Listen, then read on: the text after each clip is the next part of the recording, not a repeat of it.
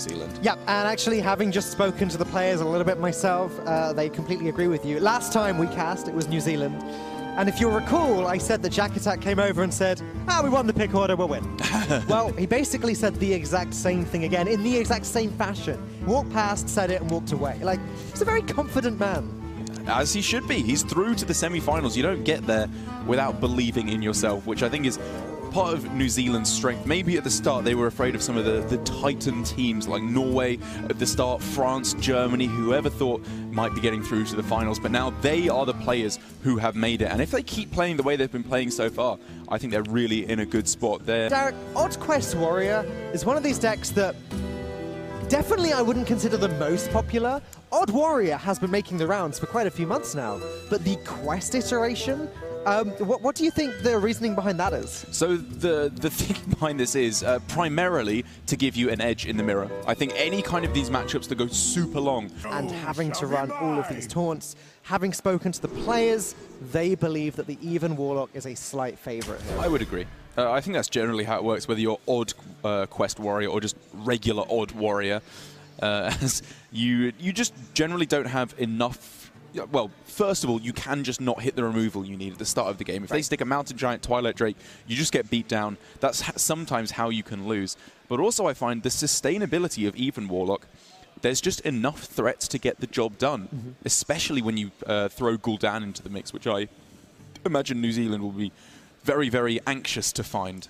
I have to say, we've had some really exciting series so far in the Hearthstone Global Games Finals, both yesterday and today. The first series of the day, that's Sottle and Raven, we just finished casting, Norway versus China. I could not believe what I was watching through most of that series. That was some incredible Hearthstone being played. Yeah, as you would definitely expect from both of those teams. We were talking to Admirable in the crowd, actually, about as he's also Nathan, that's Admirable Zamora. The Admiral himself, exactly, about the play from China. And I totally agree with him. China, although they haven't had the best year individually in the HCT circuit, as a team, something just clicks. The way they work together, putting their minds together, maybe the fact that they're not alone on stage up there, it just works for them. And I hope we get to see the same thing from New Zealand here. I think it's a very different style. I think all of the members of Team New Zealand, they have their very distinct personalities. Ting Tong is the meme player, as they'll all agree. He plays the fun decks. Yeah. He brings something a little bit quirky to the team. Jack Attack is the confident one. Like you said, he has a tour stop victory. Yeah. He's got every reason to be. Mage is the quiet one. He just sort of lurks in the background, but he is one of the best Hearthstone players on the team and in the world, I think it's safe to say. And I think Pathra sort of keeps everyone together. And I want to say also, because I like the point you're bringing up, as you know, we're kind of glossing over these early turns, nothing too important happening. For Ting Tong being the kind of meme player, that's not a slight to him at all. You get some players who are incredibly strong tournament players. Like the biggest one that springs to mind for me is Tice. We know that he is an incredibly strong Hearthstone player, but almost due to the fact that on stream he plays these slightly weird off-meta decks to entertain a very large audience, it gives him just a better understanding of matchups that most people wouldn't know how to play. Yeah, I mean, similar thing can be said about Jackie Chan. Sure. He even has been known to bring some quirky decks to some major tournaments and win them. Oh, yeah. So there's definitely something to be said there. And again, in something like the Hearthstone Global Games, in a format where you can bring these minds together, these different strategies together, you can really make some magic. The wild card element. Right. As this game is just starting to get rolling now after the ceremonial pressing of the hero powers to get things rolling, Patra will be able to start throwing down these threats. And this is a pretty big facet of Even Warlock play. Giant or Drake? Giant or Drake, the classic question. Do you go for the higher immediate pressure play of Mountain Giant? Or do you try and bait out the premium removal in the form of Shield Slam, obviously primarily, and then follow up with the Mountain Giant? And I think it's becoming increasingly clear that against the control-ish decks that have a lot of answers, you go Drake first, try and bait out the removal, and then you follow up with Giant. Yep, that does seem to be the way things are run here. Skulking Geist is very important when it comes to Giants as well. Obviously, Skulking Geist ripping out the Shield Slams from the deck can be a factor, it can be a reason to hold back on those Mountain Giants, but there's no Skulking Geist found in the hand just yet by Patra. She's going to have to dig for that one. Not really much good removal at all for Race coming down here, though, with or without the The Skulking Geist being found, no Super Collider, Brawl, Reckless Flurry, any of the premium ways to clear off the board, which means unless they're able to get a very strong foothold onto this board in the form of Dynamatic and Zilliax, I suppose, primarily, they are going to be struggling to fight back against the aggression that Patra will inevitably throw down.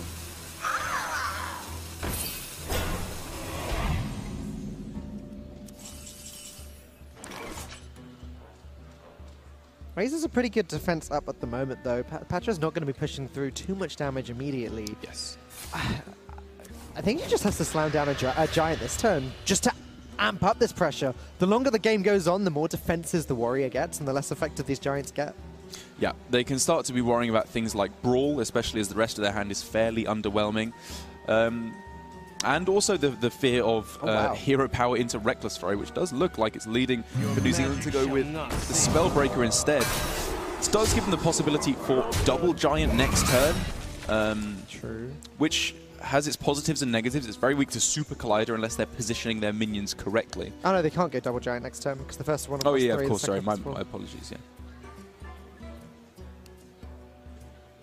But even so, holding these threats back, saying this is a good enough of a threat. And I think if their hand had cards like Hooked Reaver, Lich King in hand, they would be much more willing to start throwing out these threats. But this clearly indicates from New Zealand they want to take this game a little bit further into the later stages of the game, which, again, has its positives and it has its negatives. You are not going to be winning in fatigue because New Zealand has been pretty consistently tapping in this matchup to draw themselves further to the deck. So they're going to have to do something. They are undeniably the aggressors.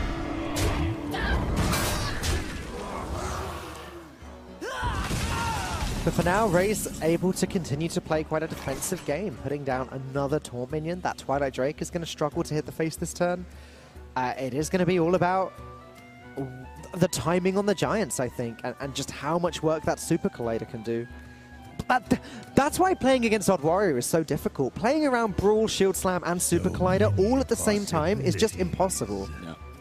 I'm with, this is what I remember Saiyan was saying on the recent Watchstone of just, Super Collider is just the most infuriating card. Just trying to play around that card is impossible. The fact that it flew so well under the radar for most players during the card reviews is quite staggering. It has a great animation and sound effect, though. It does have a great animation and sound effect, but why doesn't the hammer go both ways if it's swinging a different way? Like, well, it does have a bit of a turn. Like I think there's a slight alteration, but no. Not good enough for me. Almost out of time.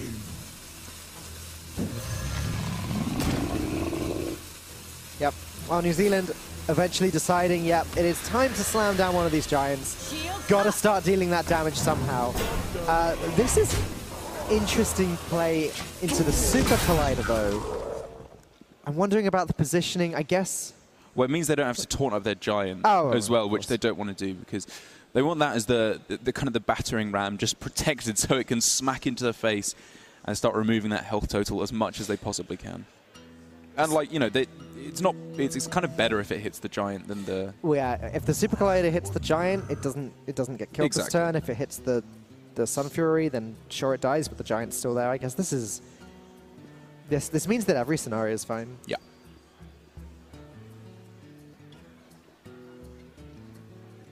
And the other big threats being picked up of Patra does now mean I like the use of the Mountain Giant. I'm still not even convinced that it was right to go for the Spellbreaker on turn 4 anyway instead of the Giant. Like, it is just good to get that card rolling a little bit earlier, especially when it's not so weak to to the Super Collider, sorry. They've shown they maybe don't have a Shield Slam as well. But I do like now starting to actually get the threats out of hand. Probably worth pointing out, that quest is getting closer and closer. I think it's on 5. Wow. Yeah. Which could just be a pretty quick turnaround for Race, because this is, although this is Odd Quest Warrior, it still harkens back pretty heavily to the traditional play with Odd Quest Warrior, any kind of warrior that runs the quest, where if you haven't used your removal early, you have the benefit of being able to use your removal to line up the hero power to go face after you've removed all the minions every turn. Super Collider is going to do a fantastic job of that, I would imagine. That's something New Zealand and Patra are going to have to think about every single turn. They have to consider that the Super Collider is there. They don't have any... Oh, no, well, they have the ooze on the far left. So I guess on the plus side, if the Super Collider does come down, it's only going to deal the damage once. Wow, look at that. Oh. That is the most aggressive turn they could have made this turn. Yeah, that is a weird play because this plays really badly into Dynamatic. It plays pretty poorly into Shield Slam as well, because Hero Power Shield Slam still takes it out. Like, they can follow up with Lich King on the following turn, which I guess is their thinking of why they don't mind too much if this minion is removed. But is getting that 8 damage through to face really how they're winning this game? Isn't it by building up a board and slowly running their opponent out of removal? So what's the worst case here? Probably just Dynamatic, right? Yeah. And then play the Lich King. Then second Dynamatic is really bad. Shield Slam is really bad because if Dynamatic's being played, Tank Up is being played with it, which means next turn there'll be 8 armor. I've got to agree with you, Derek. I'm struggling to see the logic with this one. And, well, I suppose that if we actually look objectively at how the other plays would have shaped out, it probably ends up with having to play a giant next to your other giant, which is the last thing you want to do in this matchup because of the power of Super Collider just completely neutralizing 2 of your biggest threats. So maybe due to the positioning, they thought this was just the only way they leave themselves invulnerable to Super Collider. Because again, this is what it's like to play against Odd Warrior. You just have to pick your poison. Are we weak to Brawl, or are we weak to Super Collider, or Dynamatic, or Shield Slam, or Mind Control Tech? You can't play around everything at once. And while this played very poorly around Dynamatic and Shield Slam, it had the obvious benefit of getting 8 damage through to face, which is not insequential. It's pretty important. Yeah. Giant Reaver is okay here. It wouldn't just outright lose to the Super Collider because the Dynamatic would have to trade in as well, but it's still quite weak to it. It's pretty bad. So Super Collider gets played, then the Dynamatic trades in. Yeah. Pathra can start next turn by playing the Ooze. It does still leave New Zealand ahead on the board, even if there is a Super Collider. I guess that is the thinking behind this one. Yeah. And again, you know, we're in the mindset, I suppose, where we have Caster Vision. We can see they do have Super Collider. Whereas from Patra's side, if you ignore Race's hand, if they don't have Super Collider, this is looking great.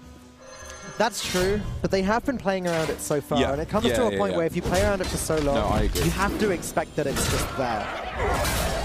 So maybe going for a play earlier that kind of baits out the Super Collider, and then they can go for the Ooze, because, you know, obviously they have the Ooze to stop any later hits, but if this was just a 5-mana card that dealt with both of these minions, Race would still be happy. It's done the work it needs to do here, and put Race pretty firmly in the lead. But again, the Ooze plus a 6-drop just looks fine for this turn. It does put Patra slightly ahead on the board. Yeah, I'm wondering if maybe they go for Lich King instead, because it's obviously a singular minion. Ah, that's true. So the Dynamatic doesn't matter, and then next turn they can go, you know, 2-drop, 2-drop, 6-drop. Yep. Yeah, I like that. Shield Just because Slam. there's very little that Lich King is weak to on this turn. Brazil are not running BGH. Yeah, I think this is the way. So Shield Slam doesn't deal with it yet. Is there a Faceless in the Oblong? I don't think so. Like, all the kind of weird tech tertiary cards have just fallen by the wayside here, because they need to find room for,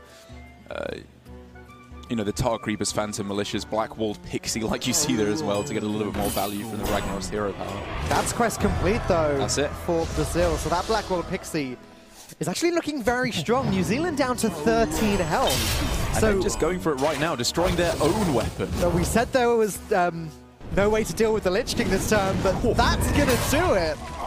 As 5 damage goes straight into the dome. Brazil get to use their hero power twice next turn. I don't know how New Zealand get out of this one. I guess they could double Spellstone and heal for 14, but that only stalls the inevitable.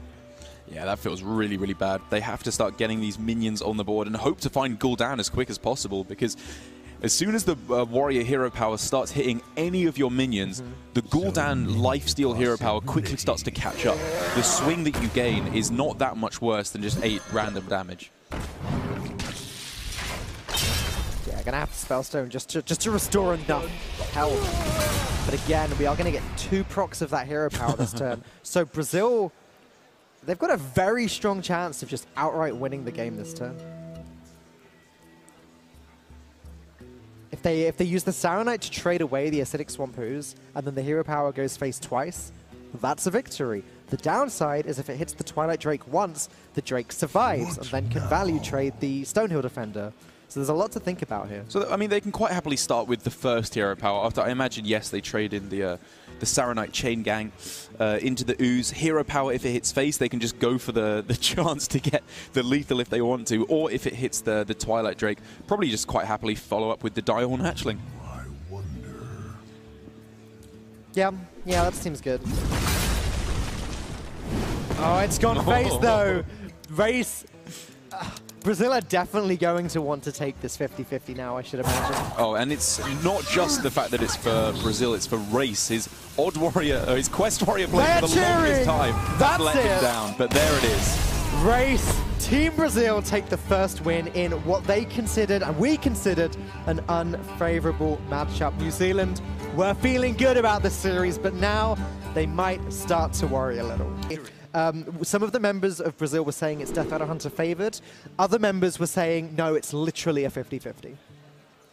I can see it being close. I mean, there are just so many things working in the favor of both teams.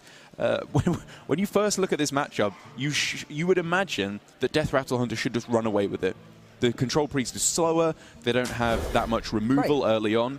But somehow, they just managed to dominate the board. They can steal the minions with Twilight Acolyte and Cabal's Shadow Priest. All these tricksy priest plays that somehow pull things back. And then the big trigger they can just pull of Psychic Scream to reset the board at any time really does mean that Brazil is going to be afraid to make their most powerful plays, lest they just have it all Psychic Screamed back into their deck. Right. It's weird because, as you say, on paper, it's an anti-control deck versus a control deck. The outcome should be obvious, but it really isn't that simple. Skulking Geist, definitely one of the key cards for the Priest in this matchup, picked up there in the mulligan.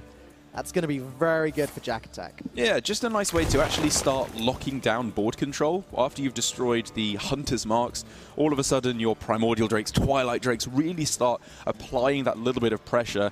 Because like we saw yesterday, the Control Priest can't go on forever. It can't just remove for the whole game. They do eventually need to start dominating the board, which is exactly what they're going to be looking to do with this pretty nice early curve for the Priest.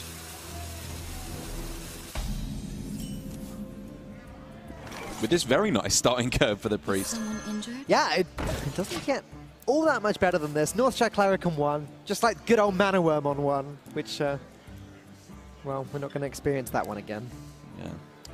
Dream a dream of days gone by. The Death Adder Hunter, on the other hand, doesn't have much going for them at all yet. No Rexar picked up, but more importantly, no eggs. No cheap activators for the eggs either. They can't really get any of this aggression going. This hand sucks. Yep, that is a much more succinct way of saying that. A succinct way of putting it, yeah. Got to do one in the finals.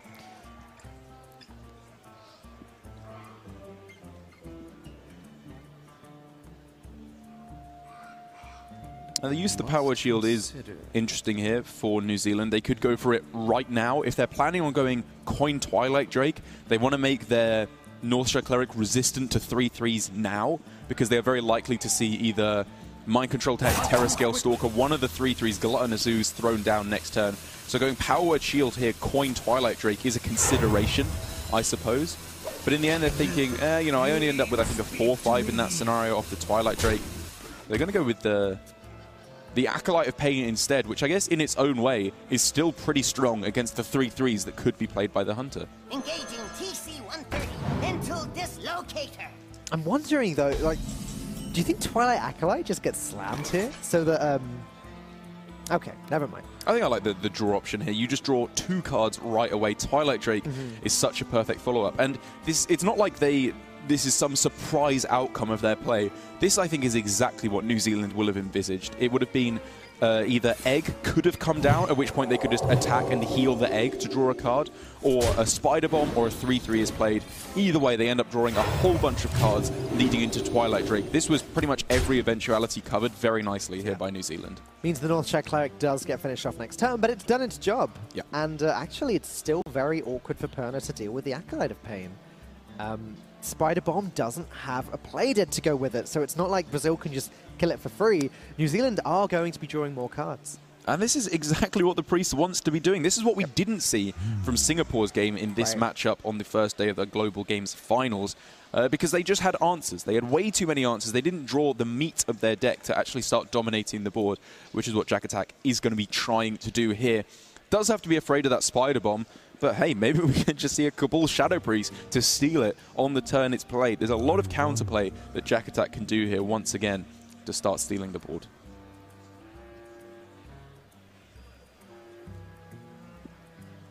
You got to target that face with a flanking strike. Oh man, that would be one hell of a card. Actually gonna deal with the Acolyte, just allow New Zealand 2 draws and prevent this from getting even further out of control. There's not too many punishes available for New Zealand with this Cleric. Yeah, what do? The way that this Northshire Cleric goes insane with card draw is Wild Pyromancer, which would have done the same thing with the Acolyte of Pain anyway, and better, because you don't even have to heal at that point. I mean, a second Powerwood Shield, I guess, would be pretty good for Jack Attack here. You can shield it, heal it. But it looks like he's just looking at the Duskbreaker play this turn. Well, Twilight Drake actually doesn't seem too bad. I think Duskbreaker is slightly better because of all of the removal that Brazil has, the Spider Bombs, the Hunter's Mark, Candle Shots, etc. So putting a big minion on the board whilst not clearing Brazil's board is somewhat risky. That's kind of true. I don't know. I think a lot of the standard plays that come down on the next turn, Duskbreaker's pretty weak to. Like, I suppose Witchwood Grizzly, if they play that, fine, you're not too sad. But Carnivorous Cube isn't ridiculous to expect. Flanking Strike, Ziliax. There's quite a lot of plays that line up very nicely against the Duskbreaker. And I understand what you mean if you want to play Duskbreaker before the egg comes down. But I was looking at Twilight Drake on that turn, again, just to start dominating the board. Brazil had also just played a flanking strike, so it probably wasn't the top consideration from New Zealand. But either way, this board is now smaller than the board that was the previous turn. So if this Twilight Drake does get dealt with easily, it's not quite as bad. Yeah, but they would have traded the Northshire Cleric into the Mind Control tech, so it would have been the same size board as last turn. But whatever, it works out much the same for them anyway. However, they are that one turn closer to Katharina, because that is the way that Perna is really going to start wrestling this board back. Obviously, now also with the ability, because they're at 6 mana, to go Spider Bomb Terrascale, which wouldn't have been available for Brazil on the previous turn. I don't know, I just like developing the bigger minions that little bit earlier in this matchup.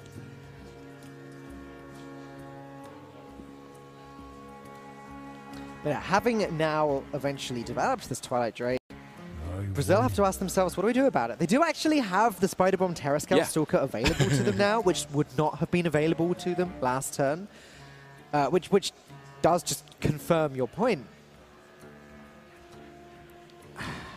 And I'm struggling to find a reason not to make that play, honestly. Well, the reason not to make that play is Cabal Shadow Priest, which I think is really what they're afraid of. Otherwise, I agree, you would absolutely just completely slam the Spider Bomb Terrascale. Are they that afraid of the Spider Bomb being stolen?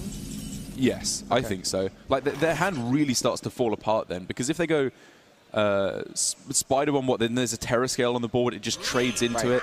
Everything just really starts to fall apart. So I think given how many cards your opponent has drawn, you do actually need to be a lot more careful and start playing around quite a lot of stuff. It was also really good timing on the Hunter's Mark to play just before the turn 6 play. Oh, also a good point. Also a good point. Truth is found in death. So I think all things considered, that was probably the way to go for Perna, because it's not like Spider Bomb Terrascale Stalker is going to get worse. It's still just a very powerful play. Now, Brazil needs to break that cube open before turn 9. Shouldn't be too much of an issue. Terrascale Stalker is available to the next turn. New Zealand might actually feel like they have to play Psychic Scream here.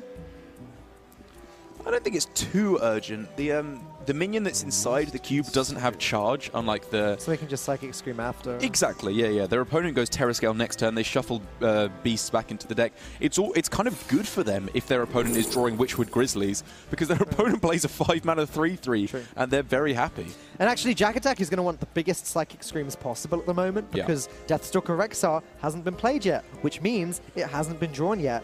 And as long as Rexar's not drawn, Brazil's game is very slow. Going to just set up for the 2-turn steal on the cube by the looks of it. Yeah, and I think this is a really heads-up spot for New Zealand as well. In the going for the Mind Blast there, they're realizing if they keep board next turn, if they don't have to Psychic Scream because of the fact that they're so ahead on board, they can make plays like this where they just trade. They make very, very heavy value trades, and then they go Alexstrasza on 9, hit their opponent for 4, 6, 8 damage, whatever they have on the board, double Mind Blast to close out the game. Okay, what do we think of Mossy Horror here? Because that Twilight Acolyte will only have been played for one reason, right? To set up for the Cabal Shadow Priest. Yeah. If Brazil play the Mossy Horror, yes, it doesn't deal with any of New Zealand's minions, but it does break out their own Witchwood Grizzlies and prevent the Cabal Shadow Priest. It's a very cute play. It is cute. Alternatively, Perna can just play the Terrascale Stalker and think maybe the Cabal Shadow Priest isn't there. Yeah. Because at the moment for Perna, if that's stolen, the game is just over pretty much. Right. That's what I mean. And the only way to actually prevent that is to blow it up. I like it. I like it. I think you just have to hope there's no Psychic Scream somehow. And Brazil realized that as well. I think this is a really good spot. But you just have to hope that the Psychic Scream isn't there. Though, as we can all see, the Psychic Scream is there. So, okay, there are still good cards Brazil can draw. Again, in addition to Rexar, there is the Katharina. There's all of the big old beasts that aren't Witchwood Grizzlies. So, it does leave Perna in that position where he does need to rely on the top of his deck, though. I wonder. Wait, what? Hang on. You're going to Cabal the Mossy Horror? Yeah, I mean, they're thinking about it, and I honestly don't hate looking at alternate lines of play here, because Psychic Scream is when something goes really, really, really wrong. When you want to save that for the situation where you can't really win. As soon as you have any like kind of backup lines of play you can go for that maybe lead into an Alexstrasza, I can respect the thinking. And maybe that was the issue with yesterday's play, actually, is that Psychic Screams were used willy-nilly. Yeah. Whereas Jack Attack is really holding back here. And I agree, it's looking like it might pay off. And I think this is probably a good spot, because I say you want to save Psychic Scream for the worst possible scenario.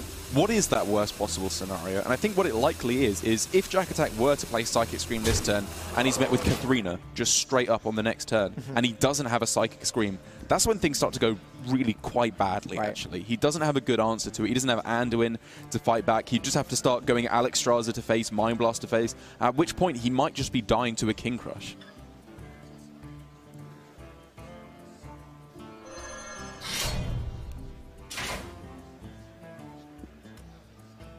Perna's hand is just starting to look so dry. Like Egg Terrascale, that's great, but that's like the final push. And then if there is a Psychic Scream, game over. That's it. And it's not like Perna, like we've seen from some players, kept a bunch of, you know, mediocre cards that maybe will be good. They threw away double Terrascale Stalker just to look for Egg, to look for Keleseth, Katharina, Deathstalker Rexar as well. They went very heavily for the good cards in this matchup, but unfortunately they just didn't find them in time.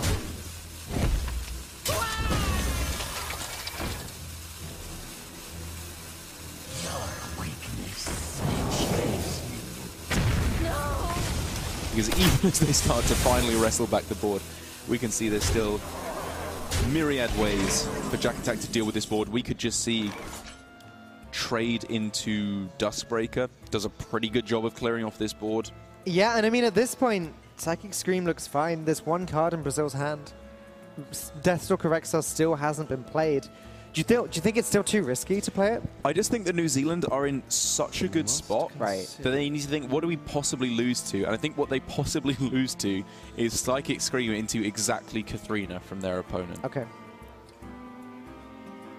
And if they go double trade into one of the Grizzlies, Duskbreaker, that leaves only a 3-5 on the board. The Spider-Bomb very likely clears off something not too important.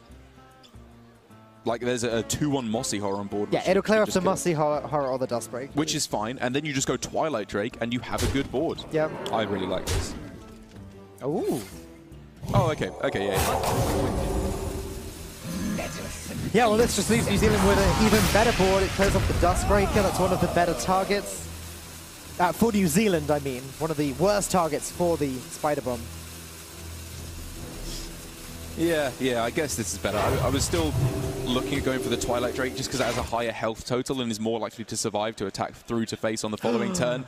But with the pickup of Deathstalker Rexar, that all of a sudden means that Jack Attack's win condition of going Alexstrasza through to the face with a couple of Mind Blasts isn't necessarily going to work anymore. Lifesteal Beasts can come down, Life Drinker, Tundra Rhino for that little bit of extra attack. This could be a very interesting game from here. Yeah, I mean, let the game begin. A hero has been played. New Zealand still hasn't drawn their hero cards, Shadow Reaper Anduin.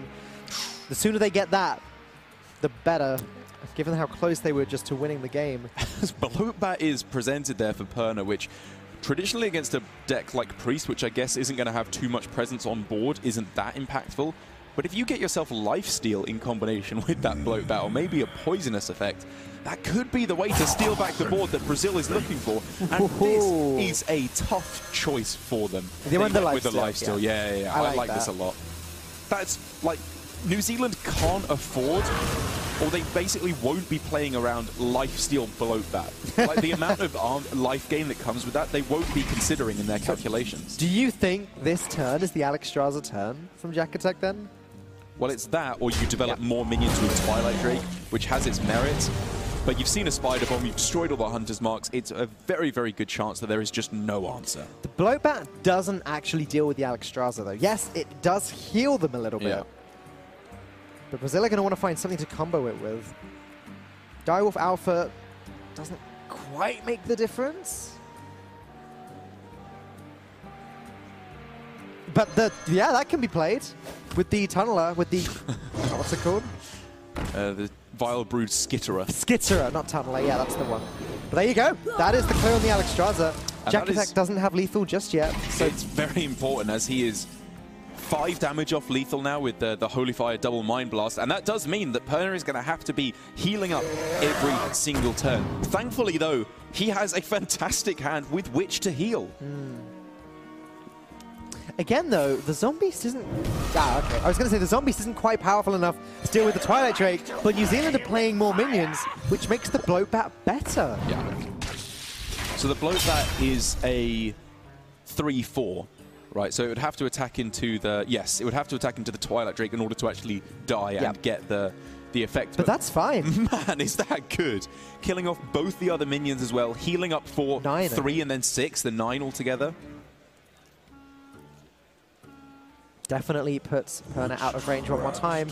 He's even got Ziliax to follow up with next turn to heal for even more and deal with another minion. And Brazil can fit in hero power this turn. Yeah, I think they're looking at a Devilsaur Egg because it's buffed up. Oh, I forgot about that, yeah.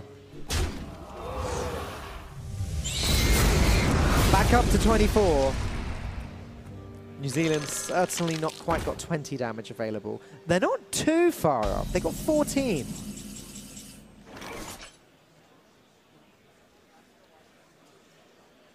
Getting closer, but not quite there yet. And this is the point where Perna, if he gets any kind of reasonable zombies, Jack Attack might actually just need to find find Anduin himself in order to get that chip damage through to face.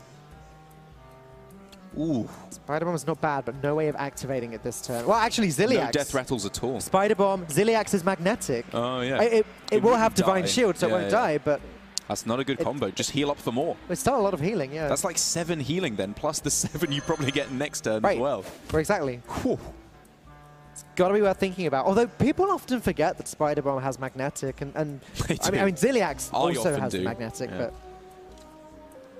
And it's good to play the Ziliax first, because then if they get silenced, you get a 3-2 instead of a 2-2. It probably doesn't matter. But they're doing it!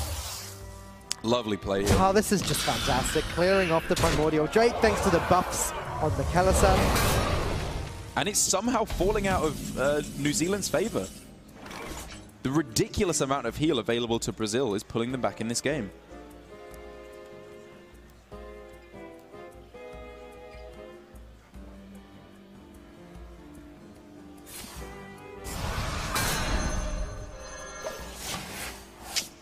They're just going to have to find something pretty impressive soon, because now Perna doesn't need anything specific off of the zombies. He just needs stuff. He just needs to be able to play anything onto the board, and unless a Anduin can come down right now, there just won't be the damage to win the game, and there won't be the board presence to win the game either. This game has turned around an unbelievable degree. Right.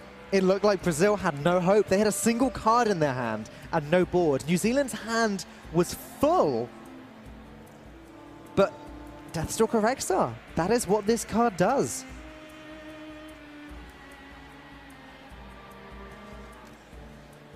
It's not what it used to do. Deathstalker Rexar used to be one of the weakest cards when it was first released in Knights of the Frozen Throne. The Hunter decks it was in, it had the lowest win rate. But nowadays, with these newer beasts, with all the lifesteal and all the rush. Like the 1-mana 2/2 Jeweled Macaw. Right. That actually cost 3 mana.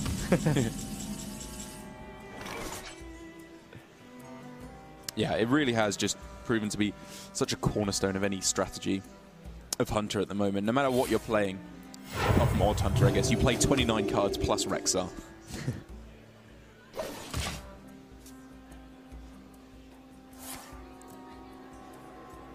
It's still important for Perna, though, to be drawing, or to be getting these as good a builder beast as possible. Yeah. Every single turn. Needs to be worrying not one bit about fatigue. Wrapped Hatchling is not necessary. He may very well just take it because it's the cheapest option, yeah. And that's generally the way you want to go with beasts. If he did take the Raptor Hatchling and now take Swamp Leech, he can play all 3 of these beasts. Yeah, the Zombies, the Devilsaur, and also both Zombies. I think you maybe want to hold back one of them just because this is already a really good board he's got now. And he doesn't want to play too heavily into Psychic Scream or Shadow Vision Psychic Scream. True.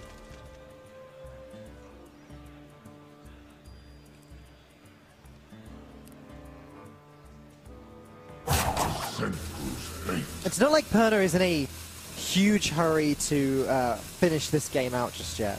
Right. There's still not been a Shadow Reaper Anduin. Alexstrasza has been and gone, so the amount of damage in New Zealand's hand is limited. Yeah, the fact that Alexstrasza has already been played and they've healed all the way back up to 27 is such a huge factor in this game. But Shadow Reaper Anduin is the one card that I think could have pulled New Zealand really back into this game. They can now start to dominate the board as much as possible and, more importantly, get that damage through to face. They are starting right now, realizing the only way they're winning this game is through the burst to face. Double Mind Blast plus the hero powers. That is 16 damage available to Jack Attack next turn. And so double attack, this is perfectly set up. If they go Hero Power, Holy Fire, Hero Power, that's 9, which brings their opponent down to 16, I believe. And then double Mind Blast, that's exact lethal. Which means the heal had to be found by Brazil right now, and that Life Drinker is the exact effect that they needed. Okay. Oh! Okay, but that's still fine. It can be played next turn. Okay.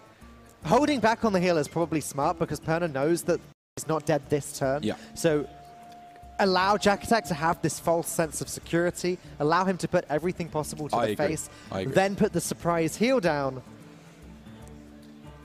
They're not safe, though.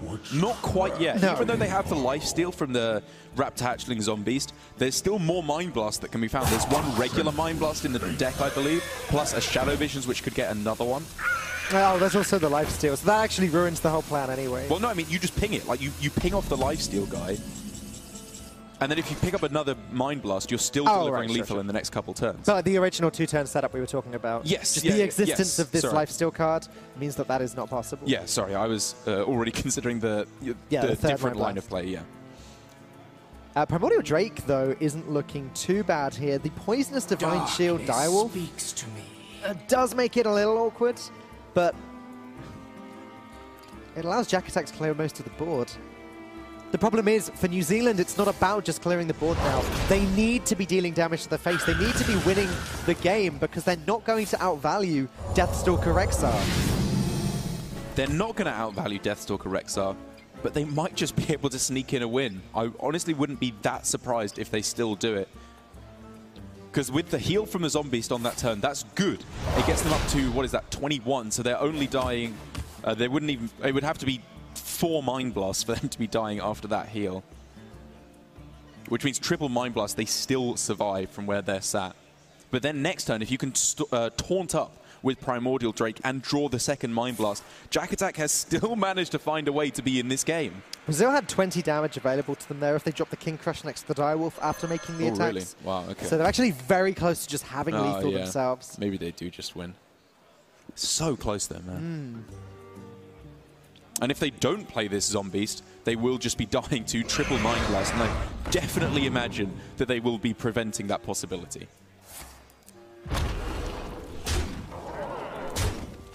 I guess Jack Attack could find a second Psychic Scream now, and maybe that would... I guess that's the out, right? Is it even? Doesn't beat King Crush. It beats... You don't die to King Crush right away. Right. Which means you could then go Psychic Scream, they King Crush you, and you draw the other copy of Mind Blast. There are still outs for New Zealand, but it has to come... No way! And Psychic Scream is the exact card they needed to stay in this game. How is this still going on? New Zealand's answers are coming pretty late, but better late than never. They need to be really cautious about whether they play this Northshire Cleric. They need to think, how bad of a spot are we in? Do we need to play around Lifesteal Rush exactly in the form of Vicious Scalehide off the Rek'Sai hero power? Because if they don't play that and draw Mind Blast, they just have exact lethal. Shadowy thoughts. And they are clearly discussing that exact fact right now. What does playing the Cleric actually do? What out does that give them on the following turn, given that their opponent will it be at 18 rather than 19 health? Well, I honestly think you just don't play it. I agree. It's just a question as to whether or not having this minion on the board would help deal with whatever beasts get played by Brazil next turn. But in reality, no, of course it won't. It's got one attack. The shadows grow short. It's not even possible for a Builder Beast to have less than 2 health. They're playing it. Ziliax! That's the punish! Or one of the punishes. Yeah.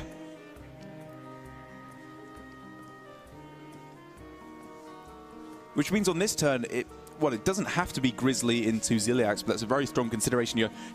They're playing Ziliax. That is being played. Right. I mean, you could just hero power Ziliax Terrascale Stalker. I'm not sure. I don't really think the Stalker needs to be held onto anymore. Yeah. Oh no, wait. This is. Oh no, sorry. This is they've already played one Mind Blast, so these 2 Mind Blasts are the last ones they have left. Ah, okay. That does explain. Yeah, sorry. The decision then. And then that means that... Yeah, so this is the maximum amount of damage now that the other Holy Fire has been played. Okay. But it still works out pretty poorly for them, allowing the Aziliax to attack through. Right, like, New Zealand still needs to find that damage as soon as possible. Yeah. And even then, holding back the Cleric just for an extra ping on a future turn was definitely a consideration, regardless of how many Mind Blasts have been played already. There's the other Visions, but with all Mind Blasts having been found, that's not going to give them any more damage. There's not another Visions in the deck, so they can't go for the infinite Visions plus damage combo. I think both hymns have been played as well. Yeah. There's so few cards left in Jack Attack's deck. Drake Ping doesn't look terrible here. It's a bit slow, but it does allow New Zealand to actually put something on the board and at least deal some damage to the face.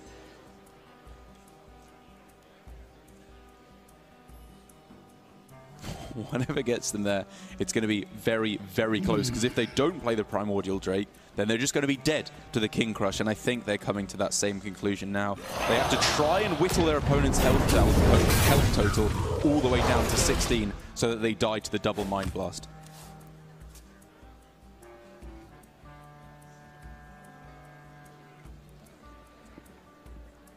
The King Crush value trade is an option here.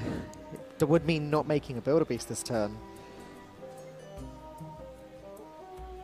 They just need to be thinking, though, how do we die? Right. They haven't seen both Visions, so maybe they're thinking the remaining Visions could discover a Mind Blast if it was still in the deck. Yeah, yeah. We obviously know that not to be the case. They're saying we don't need to go for any more lifesteal. We need to go for the throat and try to close out this game as quick as possible.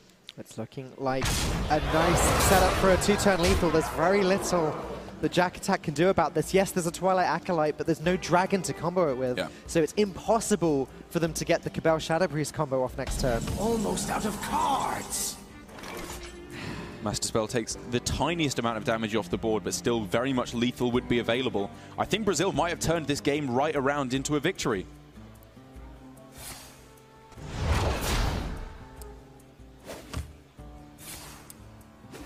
That's it. No spells left in the deck.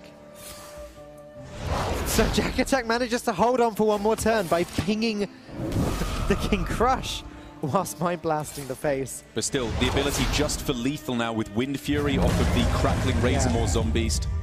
And they're going to be starting off with that, I would imagine. Even if they get some kind of plus attack here, or a Tundra Rhino there, any playable minion with that Panther is the lethal. Brazil are now 2-0 up.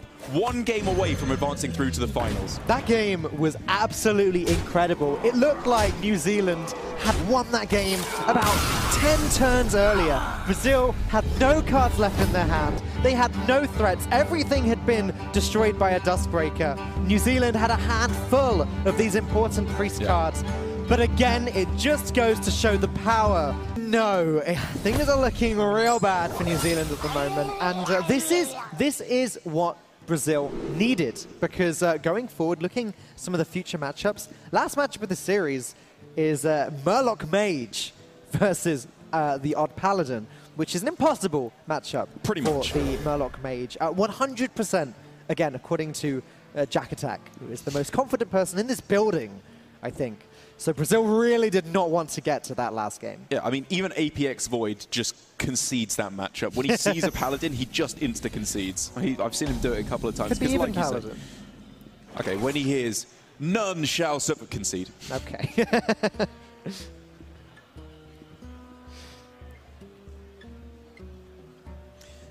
And Mage here with the kind of hand you're looking for, I suppose, in this matchup, where there's 2 main avenues to victory that you can go for with Shudderwock against the Questrogue. It's either curve out, which is the more tried and true, likely route to work out, where you go Shard, Keleseth, Acolyte of Pain, Chain Gang, whatever. You just curve out as best as you can with your minions and hope to beat them down. The other avenue to victory that you have is try and get a Shudderwock fully activated with Life Drinker, Saronite, and a Grumble on like turn 9 or 10. Which is very unlikely to happen, but if you can get it, that's a much more surefire route to victory. To anyone that hasn't been keeping up recently, Questrogue did lose a very important card. Oh, not lose, but yeah, lose a very important card in the Giggling Inventor. It's been replaced by Lab Recruiter, which seems to be a staple now. But otherwise, there are so many Tech and Flex cards in Questrogue. Like, it's just that Stone to Spore's been put back in. Well, yeah, it's the double Mimic Pod, double Wax Elemental. You play all the cards that sometimes were cut. Right. And I think Hunter Ace perfectly framed it when I was talking to him about it the other day. You just want to play 28 cards now. You don't want to play all these cards in Questrogue. Well, I suppose you'd like to play even less cards if possible, but they just don't really fit the core strategy. You want it to be as tight as possible in Questrogue. I've got to admit, Mage has had a great start here. He got the Life Drinker, as you said. That's one part of the Shudderwock puzzle, which New Zealand are going to be frantically trying to put together. But more importantly, they have the board. They have Brazil down to 20 health. They're playing a really aggressive game here. And as it currently stands, Tempo Shudderwock, whenever it would be played, would not even, like, already it's acceptable. You don't want to play it until you've got some chain gangs on the bed, so it starts copying, gets you some more 6/6s. But double MCT, the Glacial Shard, and the Life Drinker as well is just a decently strong play if they have 5 or more minions on board. But obviously, they don't even have the Shudderwock in hand right now, so for the moment at least, they are going to be worrying about just still curving out as well as they possibly can.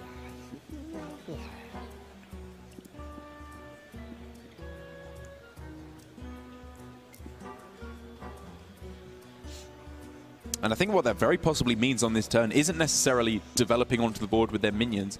It's clearing the runway. Just a Lightning Storm on this turn to get rid of these minions, push that damage through to face. Their hand at the moment is more removal than it is minions, so you should be using that removal to make the runway clear for your minions to attack face. You don't want to trade into this Elven Minstrel at all. Clearly a tough decision for Mage, but there you go. It's actually going to be Hex. And I guess the earlier you play the Hex in this matchup, the better. You've got to play it before the quest gets activated. It's annoying that there's now a taunt in the way, I guess, because New Zealand want to keep smoking Brazil down. Okay. Yeah, that turn was close, and I can totally respect the line to go for Hex. Basically, anything on that turn from Mage that played Hex or Lightning Storm, I liked a lot.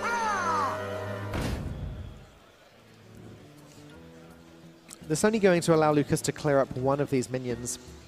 And also not even get that many procs on the quest. This does feel like a very early Sonya. Yeah.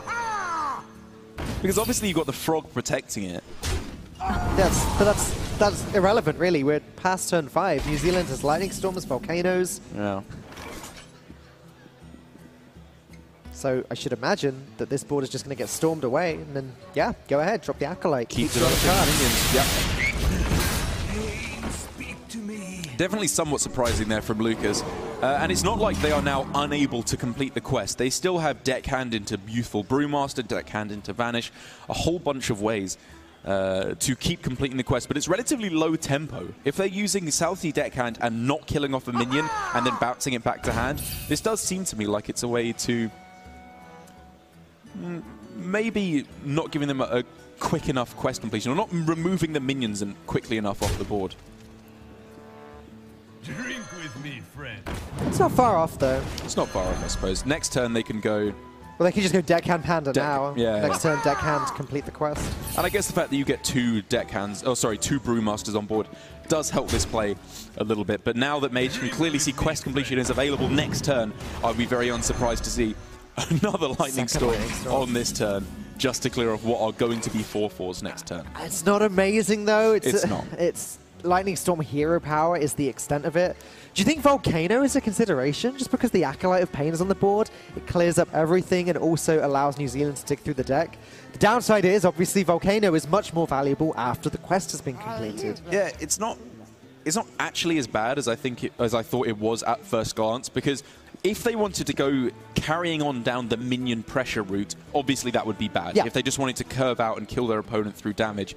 But I think they might actually have to give that up at some point soon and instead transition over to the Shudderwock route of victory, at which point drawing 3 cards off the Acolyte of Pain is really valuable. Yeah.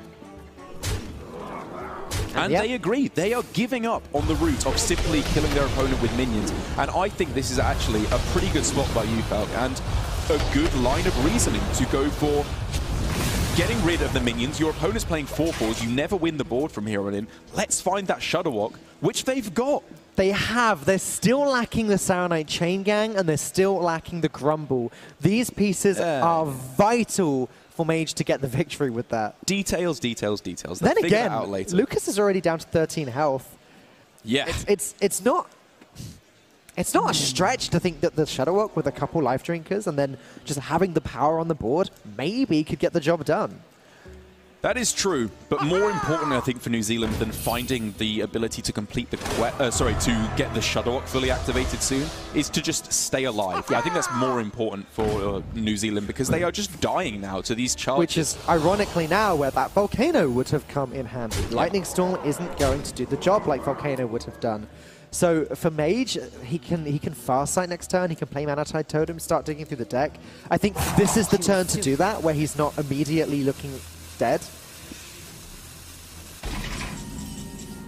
Ah, okay, hang on.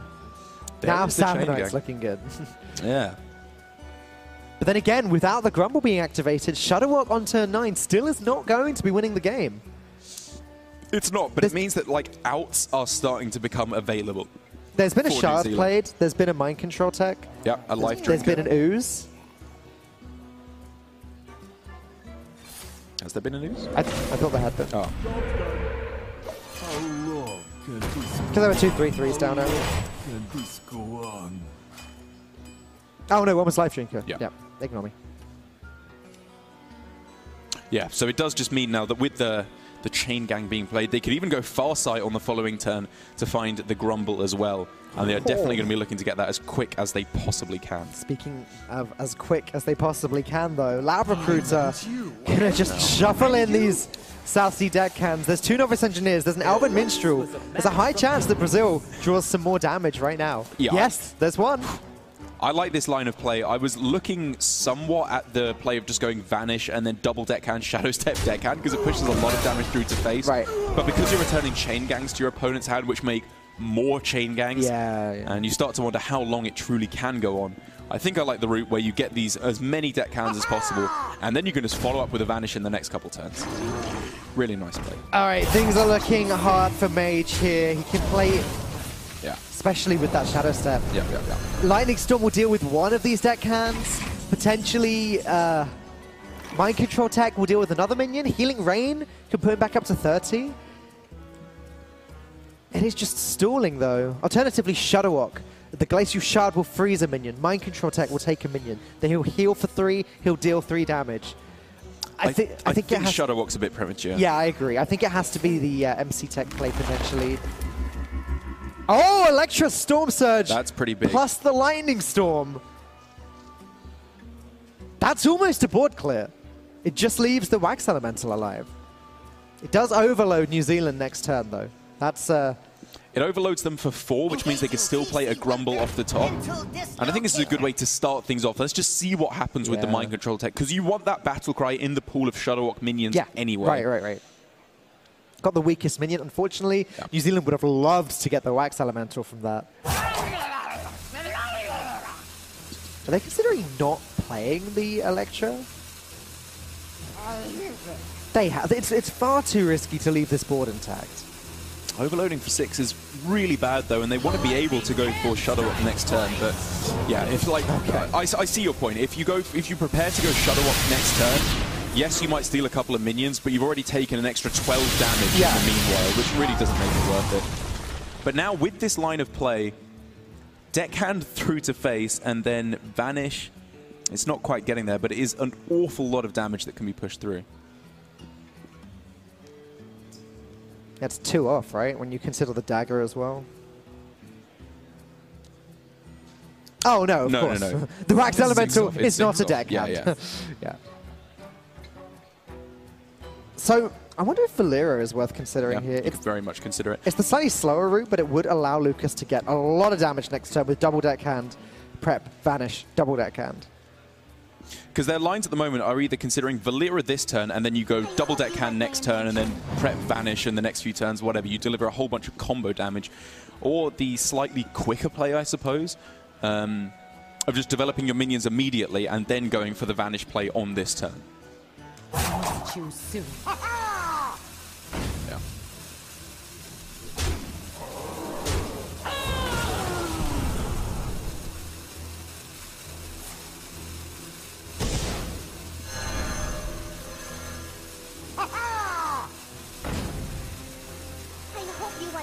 And this does get a good amount of damage through to face. However, you are leaving your minions that little bit more vulnerable by just having them on the board. The deckhand can be cleared off by a Volcano if it were to come down, but it is not currently even available, which means the only real route here for New Zealand, I guess, is to go Healing Rain Mana Tide and hope that that's enough to keep them alive.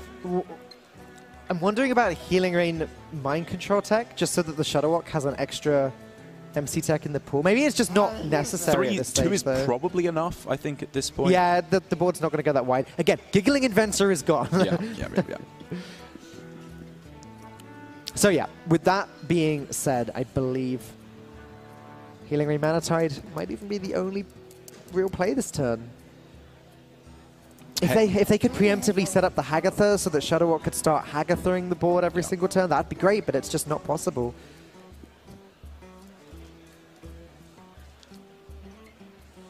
But none of this even deals with the deckhand that they have on board.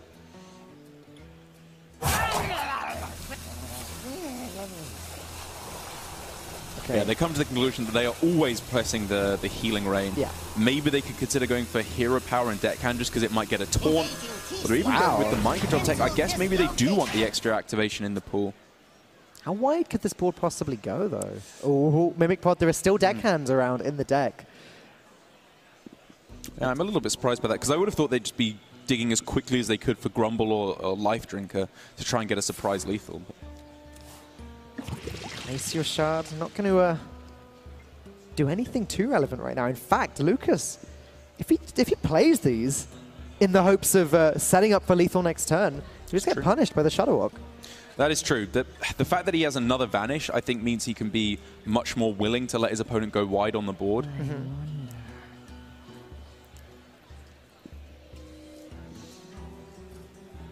And they are still just really hoping to find anything that can duplicate or make sure they play again these South Sea deckhands to get that damage through to face that little bit quicker. They're just wondering about how best to go about that. I like the holding back of Vanish for the moment, though, because you already have a pretty good board. So they look like they played it there. No, I like holding back, because again, I think the one way that this goes wrong is if Shaman somehow manages to steal board from you. I actually think holding back everything is great, because I'm sitting there counting Novice Engineer. Yeah. If a Glacial Shard gets played, that's 2 minions that get stolen by the Shadow Walk, but this way, Mind Control Tech doesn't do anything. Shadow Walk itself doesn't really do that much at all. Yeah. Agatha Glacial Shard is a very real option now, though, and would set up for a better Shadow Walk next turn. They've come to that same conclusion. That does make me wonder if we should have seen Valera at the start of that turn, because, okay, if they're playing Mimic Pod at the start, they should have come to the conclusion already that they're never going to play any minion that they draw unless it delivers them lethal, which I don't even think there was anything they could have gotten that would have done that. So why not just play the Valera or the Hollow to set up for a better play next turn, more likely to deliver you lethal? It does feel like Valera's been sitting there for quite a long time. I wonder if they're afraid of playing Valera and then having the weapon removed, which would prevent all of the deckhands from being able to charge into the face. That's a good point. That's the only reason I can think of why they'd want to hold it back for this long.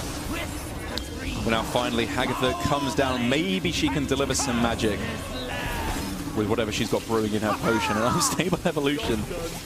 I don't know, maybe some charges could come out of that to try and pull this back. But now, with how much damage can even go through 8, and then Vanish brings it up to 12. Still no lethal available on this turn, as close as it may be getting. Not the mana for lethal. Like, Zolaring the deckhand, replaying it, playing the Vanish would really set stuff up for later on. I hope you like my invention.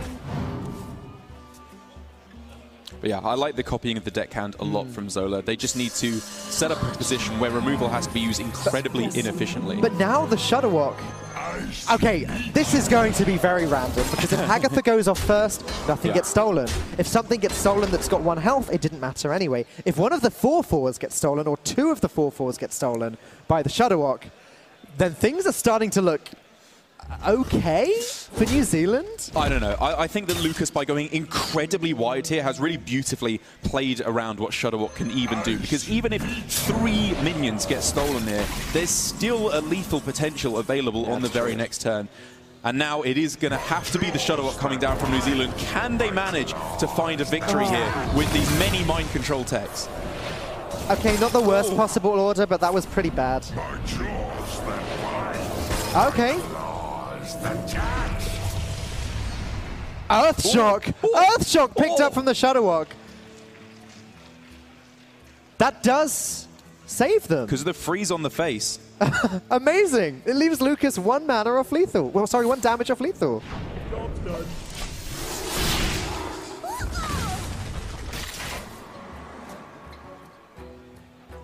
Shadow Step drawn. That's going to do it. Brazil have secured their place in the Hearthstone Global Games Grand Finals. They will be facing off against China to determine who is the best country in Hearthstone. And this was a spectacular series, but come on, that was a 3-0. What a phenomenal performance from that team. Just an unbelievable display, a continuation of the dominance that Brazil have been showing all the way throughout the global games. They have lost only 1 series so far throughout the entire tournament and are just showing absolutely no signs of stopping. I have to say to you, Derek,